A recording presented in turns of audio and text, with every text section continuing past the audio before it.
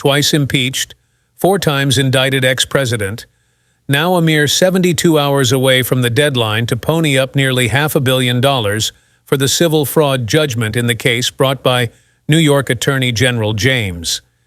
If he comes up short, it could potentially mean parting ways with one of his crown jewels, golf courses, or luxury building that Trump uses to puff up his image as a real estate mogul.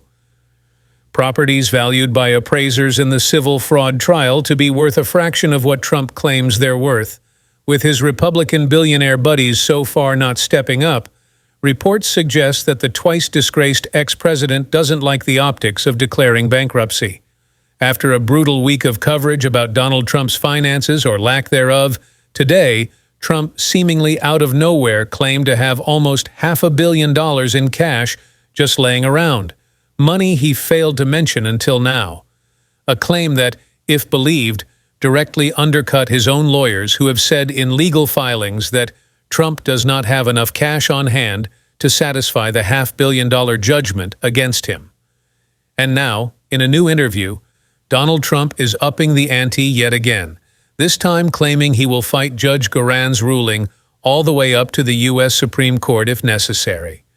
Trouble is, bravado and bluster may not help Trump wiggle out of the deadline that's closing in on him right now.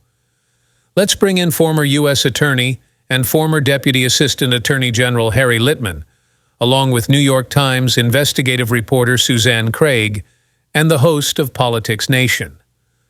Donald Trump seems to be walking back this idea already that he would spend some of his $550 million in cash on this, saying, "That doesn't mean I'm going to a rogue and incompetent judge," by which he of course means Judge Goran.